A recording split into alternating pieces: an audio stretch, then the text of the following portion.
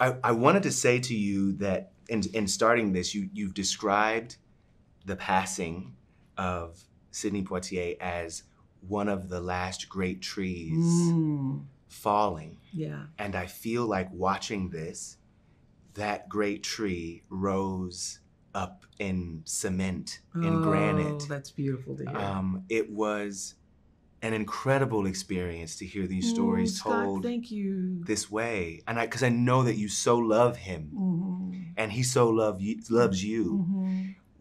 Can you take me back to the moment, because you've called him your brother, your mentor, your friend and confidant, your wisdom teacher.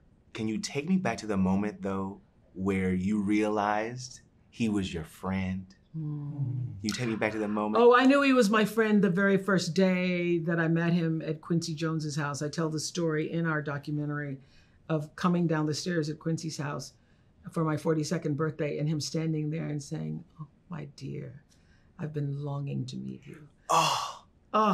And Come on.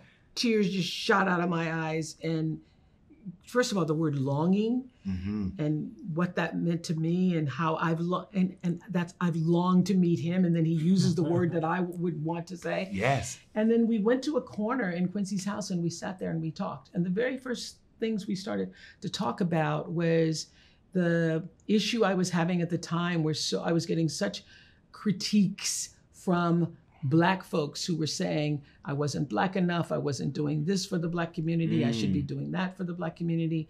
And we sat and talked about that, and he told me, this is the first time I heard him talk about him going through the same thing in the mid-60s when the whole tide was changing to, Black exploitation films and all of that. And he was saying, "My dear, you're carrying other people's dreams. And it's always difficult when you're carrying other people's dreams." Yes. Come on. And I knew in that instant I went, whoa, come on. Yes. This is what I needed to hear. And it calmed me. It soothed me. He was always a balm for me. He was like, when I was going through whatever, and I had my days with the tabloids telling stories and lies and all that stuff. And it was always Sidney and Maya I would call during those times. Wow. Yeah. And to have that kind of, that resource. Those are my resources. A wealth. I had Sidney, I had Maya, I had Quincy.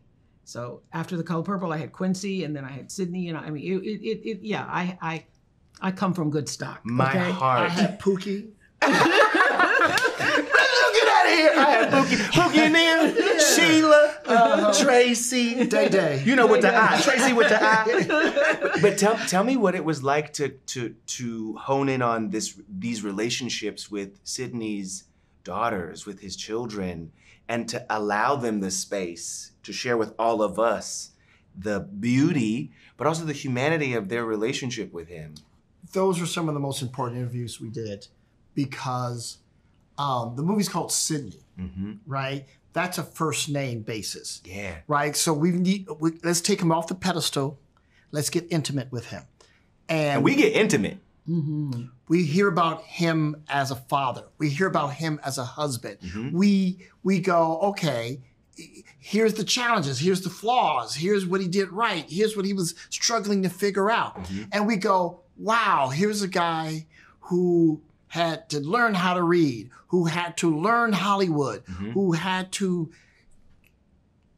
kept elevating himself. He never said, I'm good, this is my plateau, I'm gonna kick back. No.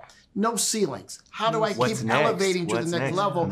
And how do I keep what's most important first, which is love at home? Because the measure of a man is how he treats his children.